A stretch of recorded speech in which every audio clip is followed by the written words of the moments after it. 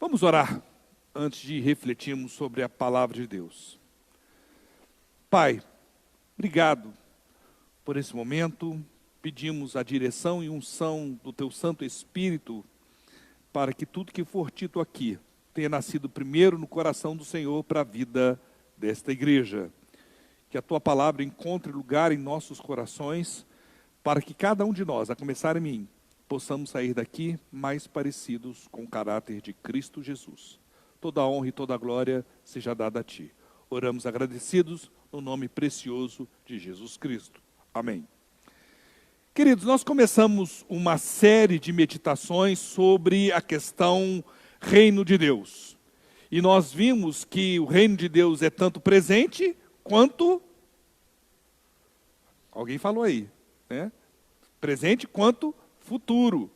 Eu costumo dizer que o reino de Deus é onde há o governo soberano de Deus. De forma que ele é atemporal. Onde existe o governo soberano de Deus, ali existe o reino de Deus. Ele é presente para aqueles que confessam Jesus como Senhor e Salvador de suas vidas, mas ele também é futuro, uma vez que será estabelecido de forma plena, definitiva, quando da volta do nosso Senhor Jesus Cristo. Essas duas perspectivas de reino, uma presente e uma futura, muitas vezes nos traz um pouco de confusão. Mas eu acho que o que há de incomum nessa presença, nessa condição de o reino de Deus presente e futuro, é que aqueles que são participantes do reino de Deus, hoje, começam a desfrutar das bênçãos de Deus, da mesma forma que irão desfrutar quando estabelecido de forma definitiva. Mas existe sim diferença entre esses dois tempos de reino. Enquanto o primeiro reino de Deus começou lá atrás, há cerca de 2000 anos atrás, quando Jesus Cristo entrou na história da humanidade, veio em glória e esplendor. Ele veio como, meus irmãos? Humilde, numa manjedoura. Né? O que Paulo nos diz? Que não teve como orgulho apegar-se à condição de Deus, mas esvaziou-se a si mesmo, vindo na forma humana, e como humano ele veio o quê? Como rei? Não, como servo. Então, esse reino que a gente estudou hoje na escola bíblica, que começou como uma semente do grão de mostarda, pequenino, começou lá atrás, há cerca de 2000 anos atrás, no Cristo encarnado, de forma humilde. Já o segundo reino de Deus, que será estabelecido de forma definitiva, virá de uma forma completamente diferente. Jesus Cristo, quando veio instaurar esse reino, João Batista falou assim: eis o Cordeiro de Deus que tira o pecado do mundo. Quando Jesus Cristo voltar, meus amados irmãos, ele não será o Cordeiro de Deus, ele será o juiz que irá separar aqueles que confessam e aqueles que não confessam Jesus Cristo. Ele não virá de forma humilde, ele virá no esplendor da sua glória, com um exército celestial, separando o trigo do joio.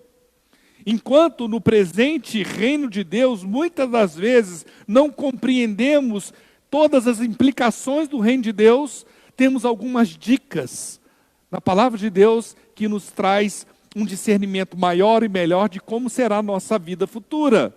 Prestem bem atenção, em 1 João capítulo 3, no versículo 2, diz o seguinte: amados, agora somos filhos de Deus. Prestem bem atenção. E ainda não se manifestou o que havemos dizer. O que João está falando? Quando Jesus voltar, o que a gente vai ser? Mas sabemos que, quando ele se manifestar, ou seja, quando da volta de Jesus Cristo, de forma gloriosa, na instauração definitiva do reino de Deus, nós temos uma dica espetacular aqui, meus irmãos. Presta bem atenção. Seremos o quê? semelhantes a Ele. Olha que coisa! Seremos semelhantes a Ele, pois o veremos como Ele é. Essa ideia de dois reinos, muitas vezes, fica um pouco obscurecida na nossa cabeça, porque achamos que a Bíblia está falando de dois mundos. E não é, meus queridos. A Bíblia fala, na realidade, de duas eras distintas. E é sobre isso um pouco que eu quero conversar com os irmãos esta noite. A gente tem um problema, muitas vezes, que o grego é uma língua que traz uma diversidade maior de palavras, que muitas vezes, várias são traduzidas para a mesma no português. E isso, muitas vezes, nos traz um pouco de confusão. A NVI, a tradução que nós usamos aqui na igreja, ela tenta remediar um pouco essa situação, mas principalmente as traduções mais antigas traziam um pouco essa confusão. Por exemplo, a palavra cosmos, né, é traduzida como mundo, né, e cosmos aí é cosmo ordenado, né, é tudo o universo em ordem. E muitas vezes outra palavra, aion, também era traduzida como mundo em outras traduções, mas são duas palavras totalmente distintas que querem dizer coisas completamente distintas. E a gente vai perceber que esse aion muitas vezes representa não mundo, mas era. Presta bem atenção nessa palavra, era. Vamos dar uma olhadinha o que Jesus fala em Marcos capítulo 10, a partir do verso 29. Diz o seguinte: respondeu Jesus, digo-lhes a verdade, ninguém que tenha deixado casa, irmãos, irmãs, mãe, pai, filho ou campos, por causa de mim e do Evangelho, deixará de receber 100 vezes mais no tempo presente. Casas, irmãos, irmãs, mães, filhos e campos, e com eles também a perseguição. E na era futura, vida eterna. No tempo presente, no aion presente, a entrada de qualquer pessoa no reino de Deus pode significar a adoção de uma família. Né? Você, quando se agrega, se torna, se é adotado pelo amor de Deus, você recebe uma família espiritual. E nela você tem vários irmãos, irmãs, pais, mães, que o adotam em amor e em capacidade de caminhar junto com você. Eu acho isso incrível, como é que o Evangelho gera uma ligação que transcende o discernimento. Tem gente aqui que a gente caminha junto que parece que são de sangue. Isso é o Evangelho que faz. Mas também existe a possibilidade de perseguição. Mas, independentemente disso, o aion, esse tempo, essas duas eras, a presente e a futura, são distintas. Nesse texto, não está falando de dois mundos diferentes. Não dois cosmos diferentes, mas de duas eras diferentes. E isso é totalmente diferente. E muitas vezes a gente tem um discernimento limitado sobre isso. Mas, o que distingue essas duas eras? A era presente e a era futura. O marco principal da distinção entre as duas eras é a volta de Jesus Cristo. E esse tema, muitas vezes, vira uma confusão na cabeça dos irmãos. E eu não pretendo, de forma nenhuma, trazer solução para essa confusão essa noite. Tá? Eu pretendo trazer mais confusão mesmo para vocês. Né? Nós vamos ver um pouquinho as possibilidades de interpretação hermenêutica das visões escatológicas presentes, as mais comuns, para que você possa começar a refletir. A gente não tem condições num sermão de meia hora, 40 minutos, quando eu falo muito. Né? Quando eu falo muito, eu chego em casa, a Luciana briga comigo. Ela disse outro dia que vai armar uma cordinha no meu pé, quando passar do tempo ela vai puxar a cordinha. Mas nós vamos tentar ver um pouquinho sobre isso. Eu queria que você lesse comigo aqui o texto de Lucas capítulo 20, a partir do verso 27. Olha só a provocação que os saduceus, que eram a liderança espiritual de Israel, que não acreditavam na ressurreição, fizeram para Jesus como assim, tipo uma pegadinha, uma charada, para que Jesus caísse em contradição, para que eles usassem isso contra os fariseus. Os fariseus acreditavam na ressurreição após a morte, os saduceus não. Essa era a briga entre fariseus e saduceus na época de Jesus. Olha o que o texto bíblico diz. Alguns dos saduceus, que dizem que não há ressurreição, aproximaram-se de Jesus com a seguinte questão: Mestre, disseram eles, Moisés nos deixou escrito que, se o irmão de um homem morrer e deixar a mulher sem filhos, este deverá casar-se com a viúva e ter filhos para seu irmão. Havia 7 irmãos. O primeiro casou-se e morreu sem deixar filhos. O segundo e o terceiro, e depois também os outros casaram-se com ela e morreram os 7 sucessivamente sem deixar filhos. Finalmente morreu também a mulher. Se eu fosse Jesus, eu falava assim, gente, não casa com essa mulher não. Ela é caixão certo para você, né? Mas era Jesus que estava conversando, não era comigo. Na ressurreição, de quem ela será esposa? Né? Visto que os 7 foram casados com ela. Olha a resposta de Jesus para essa tentativa de pegar Jesus. Respondeu Jesus: os filhos deste mundo. Ele fala deste mundo? Não, ele fala desta era, desta aion. Casam-se, são dados em casamento, mas os que forem considerados dignos de tomar parte na era, no aion que há de vir, e na ressurreição dos mortos, não se casarão, nem serão dados em casamentos, e não podem mais morrer, pois são como os anjos. São filhos de Deus, visto que são filhos da ressurreição. Queridos, diante desse texto, começamos a entender que Jesus está ensinando que as coisas na era futura serão totalmente diferentes na instauração desta nova era que há de vir. Nesta era, não conheceremos mais a morte. Em função disso, a ressurreição acabará, porque não haverá mais morte. Seremos, neste aspecto, semelhantes aos anjos, porque seremos eternos, imortais. Esta era presente começou então com a criação e até hoje vivemos nela. Se a gente fosse pegar, imagina aí uma linha do tempo, né? Todo mundo já deve ter estudado linha de tempo na escola, né? Você põe um marco lá, naquele marco, só a história começa aqui, que eu estou contando, papapá, e vai fazendo uma linha do tempo. Faz uma linha do tempo e põe lá a criação do universo. Nesse marco temporal que você fez aí na sua cabeça, começou a era presente. Mas ela tem também um marco temporal que se encerrará, que é a volta de Jesus Cristo. A partir, então, esta era presente, ela teve início e terá o quê? Fim. A era que há de vir, ela terá início. Qual que é o início? A volta de Jesus Cristo. Mas ela não conhecerá fim. É interessante quando teólogos se debruçam sobre isso e falam sobre essa saída do tempo com a instauração da nova ordem, desta nova era. O tempo não será mais medido como medimos hoje.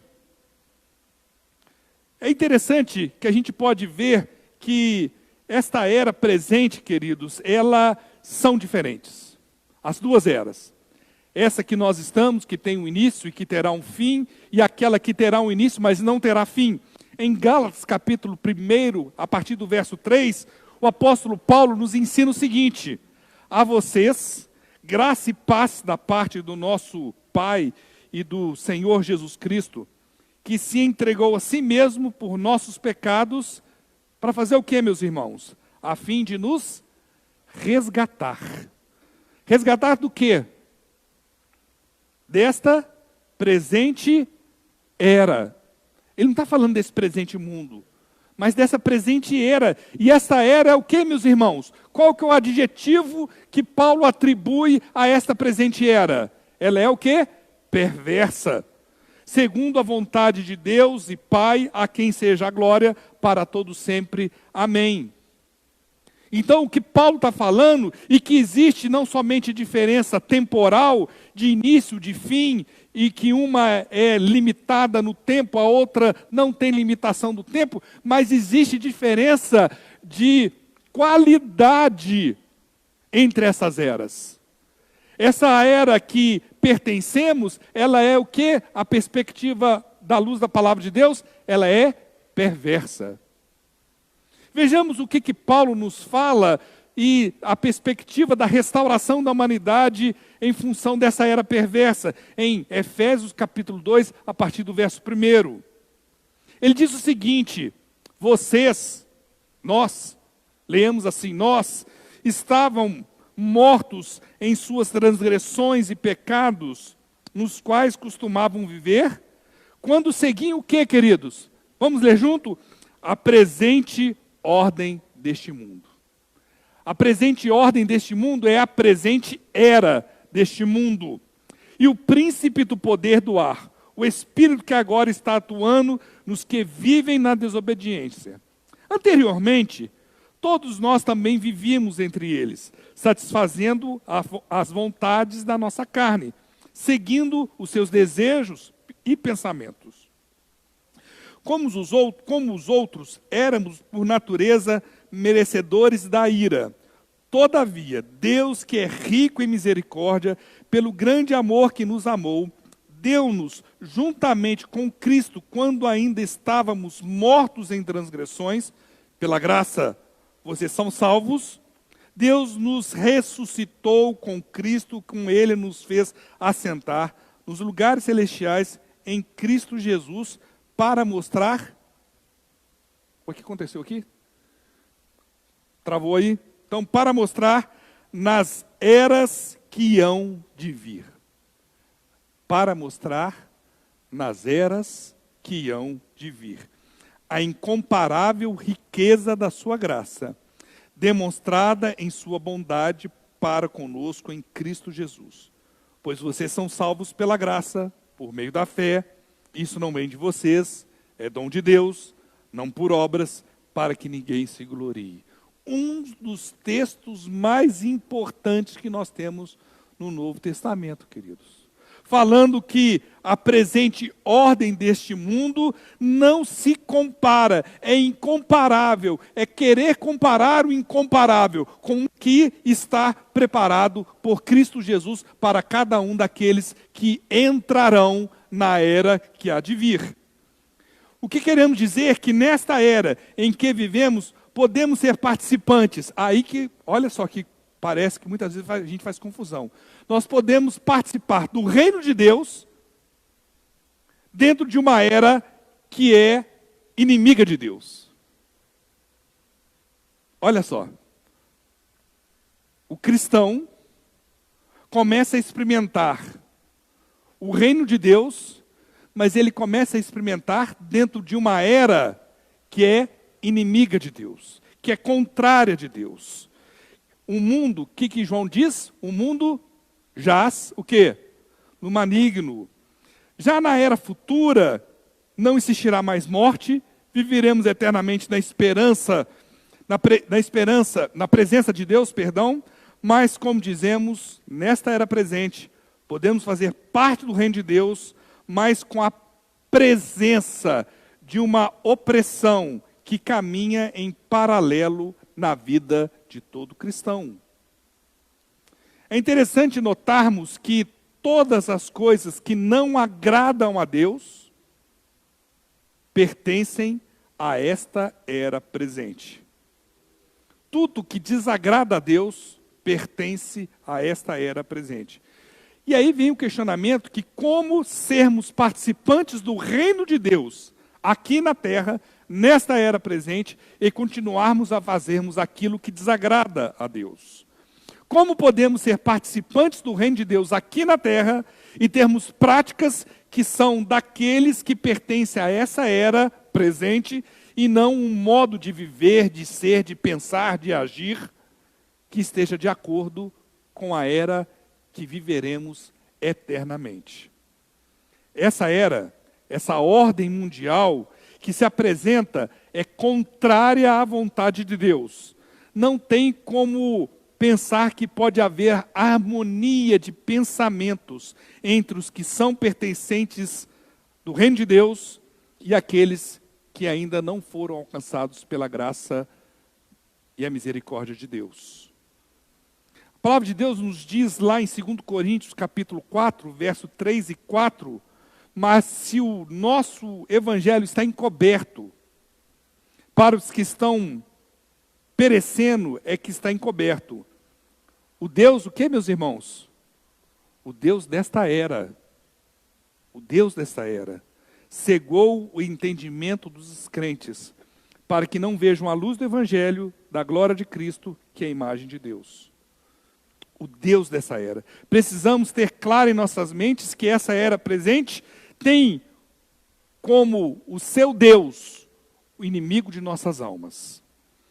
De onde vocês acham que vem o ódio, o engano, a maldade, a mentira, a ganância, a arrogância, a discriminação, a miséria, a dor, o sofrimento e tudo mais que caracteriza esta era presente? É porque essa era presente, que tem data para terminar, tem o inimigo de nossas almas como seu Deus. E ele trabalha dioturnamente, eu falo constantemente isso. A gente pode acusar o inimigo de nossas almas de tudo, menos de preguiçoso. Ele trabalha dioturnamente para cegar o nosso entendimento acerca de qual é a vontade de Deus para as nossas vidas. É por isso, meus irmãos, que o mundo não consegue entender a mensagem do Evangelho. É por isso que para o mundo a sabedoria de Deus é o que para o mundo? É loucura. É por isso que quando a gente lê Mateus capítulo 5, 6 e 7, que é o código de ética de todo cristão, se você apresentar uma pessoa que não é crente, você fala assim, vocês são doidos. Amar o que te perseguem, perdoar aqueles que te odeiam, trabalhar em favor daqueles que são contrários a você, não vou fazer isso nunca. O adultério começa na mente. Mas que loucura é essa? Essa distinção de ordenamento daqueles que pertencem ao reino de Deus é completamente contrária à era presente da qual nós vivemos.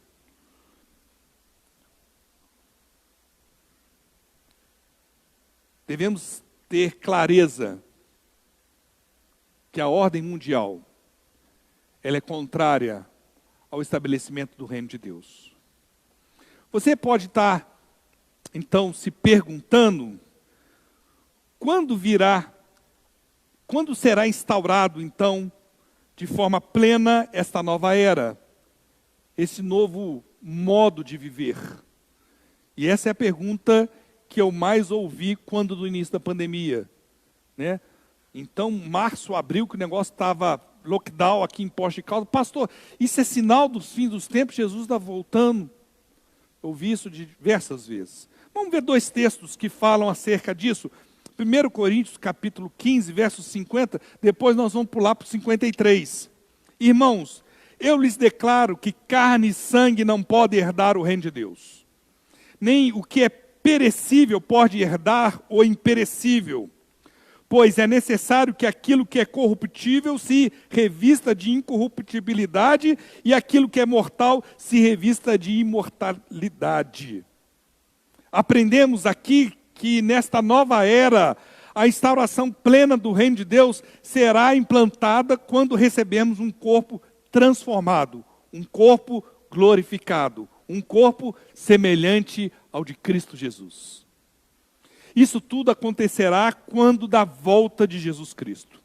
Exatamente como Jesus explica na parábola do trigo e do joio, quando ele fala assim, mas tem joio aqui no meio do trigo, o senhor quer que arranque o joio? O que Jesus falou? Não, arranca não, porque você pode confundir arrancar algum trigo no meio pensando que é joio, e você arranca um trigo. Deixa que os dois cresçam junto. Vai chegar um dia. Que dia é esse, meus irmãos? A instauração de uma nova era, em que os anjos do Senhor serão enviados e eles separarão o trigo do joio. É nesse momento que uma nova era irá começar, onde cada um de nós receberemos um corpo totalmente novo.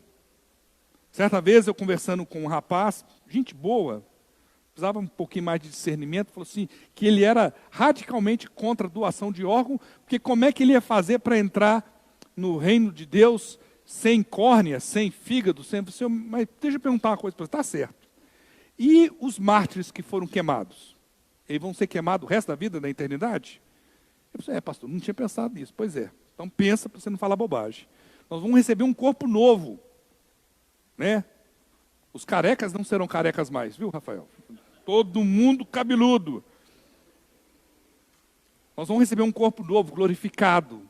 Nesse momento de restauração plena da nossa humanidade, seremos aquilo para o qual Deus planejou cada um de nós na sua plenitude de ser, viver, agir e pensar. Seremos restaurados à condição antes da queda do homem. Mas a maioria do cristão não fica satisfeito quando a gente termina um sermão nesse ponto. Mas pastor, você está fugindo do assunto. Porque nós temos, basicamente, tem mais, viu meus irmãos? Mas basicamente, nós temos 4 visões escatológicas de quando será a volta de Jesus Cristo. E eu já vi, meus irmãos, já presenciei discussões de amigos deixarem de ser amigos porque um é milenista, o outro é pré-milenista, o outro é pós, não sei o que lá, e os caras ficaram chateados. Igreja sendo dividida por causa disso. E o que eu acho mais absurdo, meus irmãos, é o sujeito falar assim, não, eu sou isso e eu tenho certeza absoluta. É a maior bobagem que alguém pode fazer, é isso aí, meus irmãos. Mas vamos lá. Basicamente, nós temos 4 visões escatológicas. Visão pós-milenista. Consiste na crença que o milênio... O que acontece, meus irmãos? Se a gente não tivesse Apocalipse, mas temos, para a glória de Deus, nós começamos, inclusive, o culto com a leitura, texto inspirado pela ação do Espírito Santo, mas um texto que foi criado numa linguagem escatológica, apocalíptica, que é uma linguagem cheia de símbolos. O problema é que nós perdemos a correspondência dos símbolos nos dias de hoje. E como a gente não sabe qual é a correspondência, cada um tem uma visão diferente. Esse que é o problema básico que existe em relação às questões escatológicas, ou seja, sobre a volta de Jesus, do fim do tempo, desta era presente. Mas a visão pós-milenista diz o seguinte, consiste na crença que o milênio deve ser um período indefinido de tempo, que na própria era em que vivemos, sendo que Jesus voltará ao final desse período. Visão pós-milenista. Visão amilenista. O amilenismo defende a inexistência de um milênio. Antes do fim do mundo, postula que haverá sempre 2 reinos. Né? Sempre 2 reinos. O reino de Deus e o reino do inimigo. O de Deus e o pertencente a Satanás, até que Jesus volte e promova a ressurreição e o juízo. Quanto ao milênio em si, alguns amilenistas pensam se tratar do que a igreja vive na presente era, que é uma linguagem figurada que nós temos lá em Apocalipse. Pós-milenista, amilenista, pré-milenista. É uma visão que afirma que a segunda vinda de Cristo se dará antes do milênio. Isso abrirá um cronômetro, um contador de tempo, para um período de cerca de 1000 anos, nos quais Cristo vai reinar. Também entende que haverá nesse período, além de juízos, ressurreições. Terminará com um grande trono branco, o juízo final. Dentro desta visão, há certa discordância, porque tem várias formas de se pensar os pré-milenistas. E por último, os dispensacionalistas clássicos, que também muitas vezes são chamados de pré-milenistas dispensacionalistas. A segunda vinda de Cristo será dividida em duas fases. Jesus não vem uma vez não para eles, vem duas, tá? Sendo a primeira para arrebatar secretamente a igreja, e a segunda na forma visível e em glória após 7 anos da grande tribulação. Ficou famosa essa visão através daquele livro Deixados para Trás, que enquanto literatura é espetacular, mas enquanto teologia, para ficar ruim tem que melhorar muito. Queridos, tudo isso a gente pode tirar apenas uma certeza: Jesus vai voltar. Pensa nisso, Jesus vai voltar. Eu criei, põe aquela imagem que eu pus aí, eu não sei se vai ajudar ou se vai complicar, mas eu fiz. Vamos ver se vai dar certo aí.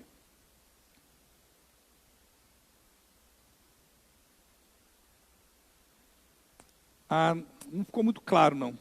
Depois eu vou colocar na linha de transmissão para vocês. Apaga a luz aí, Kel. Essa da frente aí, ó. Mas o foco não ficou bom, né? Ali você tem a instauração da era presente, quando da volta de Jesus Cristo. Ah, menina, hein? A Raquel é melhor que 13ª, olha lá. Pré-milenismo, né? Pré-milenismo pós-tribulação, pré-milenismo dispensacionalista pós-tribulação, sobe aí, pós-milenismo e o amilenismo. Ok? Você tem as 4 visões aí, num gráfico, de forma relativamente, não sei se é simples não, mas didática, e você pode então tentar se situar. Obrigado, Raquel. Volta com a luz aí. Queridos, eu não gosto nem muito de falar isso não, mas eu pessoalmente sou amilenista. Eu acredito que Jesus vai voltar a qualquer tempo mesmo, né? Eu me apego muito ao sermão escatológico de Jesus, quando ele fala assim, olha, 2 vão estar fazendo isso, um será tomado e o outro será deixado, né? Que ninguém sabe o tempo correto. Mas eu sou um amilenista meio sem vergonha, porque eu não aposto nenhum real nesse negócio. Porque nós estamos falando do futuro, queridos. Mas uma coisa eu posso garantir para os irmãos. Isso aí eu aposto a minha vida. Jesus Cristo vai voltar. E quando Ele voltar, Ele instaurará uma nova era. E nesta era não haverá choro, não haverá tristeza, não vai ter boleto. Glória a Deus. Você vai ficar livre. Eu falo que eu tenho uma gaveta lá em casa e eu coloco o boleto masculino e feminino junto e eles procriam, porque não tem condições. Toda vez que eu abro a gaveta tem um boleto novo lá.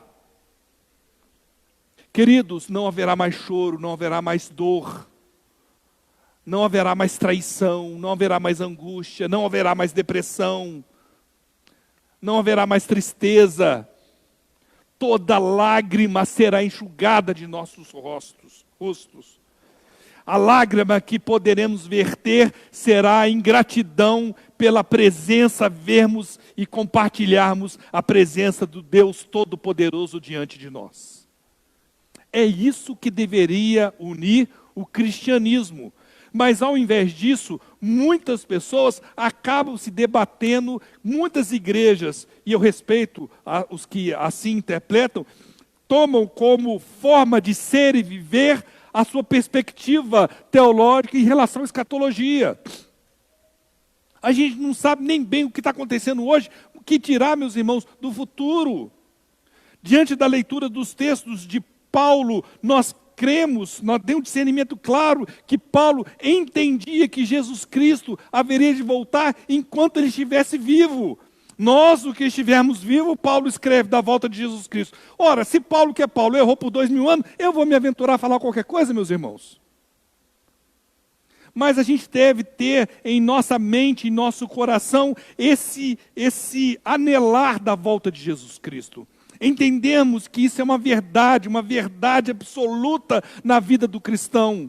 Nós não podemos nos esquecer que essa era presente, da qual participamos, ela tem fim. Que nós pertencemos a um reino, e este reino de Deus está estabelecido dentro dos nossos corações, apesar desta era presente ser contrária a Deus. Mas quando Jesus voltar, tudo se fará novo. Tudo se fará novo. Quando, meus irmãos? Se vai ter milênio, se não vai, o trono branco, a grande tribulação, deixa isso para lá. Deixa isso para lá. É interessante, todo evento pontual na história da humanidade, o pessoal fala que é a besta. Que é a besta. Né? Foi Hitler, foi Mussolini, foi Stalin, foi quando teve o Osama Bin Laden, coitado, morreu lá, morreu com o título de besta. Meio besta mesmo fazer o que ele fez, mas não é a besta do Apocalipse, meus irmãos. Então a gente tem que ter muito cuidado, a gente tem que ter muito critério em ler a palavra de Deus, para que a gente não seja... Eu fico muito triste, crente que fica procurando uma fórmula mágica, um negócio e não gasta tempo na leitura e na meditação da palavra de Deus. E já viu aquela folha, né, que é levada para um canto e para o outro pelo vento? É assim muito crente. E fica se apegando a uma visão escatológica que a gente não consegue, de fato, ter um discernimento preciso e pontual que seja definitivo. Mas o que eu queria encerrar, meus irmãos, essa meditação de hoje, é com a leitura de 1 Coríntios 2, 9. Esse texto deveria ser o que anela o nosso coração em relação à volta de Cristo. Todavia, como está escrito. Vamos ler juntos? Olho nenhum viu, ouvido nenhum ouviu, mente nenhuma imaginou o que Deus preparou para aqueles que o amam. Vamos ler de novo? Todavia, como está escrito, olho nenhum viu, ouvido nenhum ouviu, mente nenhuma imaginou o que Deus preparou para aqueles que o amam. Se apegue a isso, meus queridos. Se apegue que o que Deus preparou para aqueles que entrarão no reino de Deus, mente nenhuma consegue imaginar. Porque é infinitamente superior ao que conseguimos pensar ou mesmo imaginar. É isso que Deus tem preparado para os seus filhos. É isso para aqueles que pertencem ao reino de Deus neste mundo presente, nesta era presente, está sendo preparado pelo nosso Deus, que é um Deus de amor, de graça e de misericórdia. Amém? Que Deus, eu não sei se eu ajudei, eu estava no final do sermão, eu acho que eu vou atrapalhar a cabeça do povo. Mas é isso, estava pronto, preguei. Né? Então eu vou compartilhar na lista de transmissão o esqueminha para os irmãos. Depois, se alguém quiser conversar, tirar dúvidas sobre isso, nós fazemos com maior alegria. Se você tiver alguma dúvida e eu não souber, eu mando para o Lázaro. Ele é pós-doutor em escatologia bíblica, né, Lázaro? Tadinho. Meus queridos, muito obrigado. Vamos ficar em pé, vamos orar. Aos nossos visitantes, o nosso muito obrigado. Aqueles que querem participar da turma de batismo, então, sábado que vem, às 18 horas. E vamos, domingo que vem, então, primeiro culto às 17 horas, para quem tem mais de 50 anos. E 19 horas para os mais novinhos. Para nós, 19 horas. Quê? Para quem tem mais de 80, nós vamos fazer um culto 3 horas da tarde, né? Muito bem. Vamos orar. Eterno e soberano Deus, nós louvamos, bendizemos o Teu nome. Agradecemos ao Senhor pelo privilégio de termos prestado esse culto ao Senhor. Recebe toda a honra, glória e majestade. Ó Pai, nós não sabemos muito bem como acontecerá o futuro. O futuro ao Senhor pertence. Mas nós sabemos de uma coisa, que Jesus Cristo há de voltar. E quando Ele voltar, Pai, Ele instaurará uma nova era. Quero estar presente nela, ó Pai. Queremos estar presente nela, desfrutando da plena comunhão com o Senhor. entendendo que o Senhor tem preparado para nós, nós nunca conseguiremos imaginar. Louvamos o Teu nome, porque entendemos que esta nova era é manifestação do Teu amor, da Tua graça e da Tua misericórdia para com Teus filhos, ó Pai. Ó Pai, guarda os nossos corações e mentes para que discussões fúteis e inúteis sejam tiradas do nosso dia a dia, para que possamos nos aprofundar na adoração ao Senhor, ó Pai. Muito obrigado por esse culto. Recebe ele como expressão do nosso amor ao Senhor. Ó Pai, agora, que o amor de Deus Pai, a graça do nosso Senhor e Salvador Jesus Cristo, a comunhão e as consolações do Espírito Santo de Deus estejam sobre a vida de todos os teus filhos. Pai, estaremos aqui presentes até o dia que o Senhor vier nos buscar. É no nome precioso de Jesus que oramos agradecidos. Amém. Queridos, Deus os abençoe. Uma excelente semana.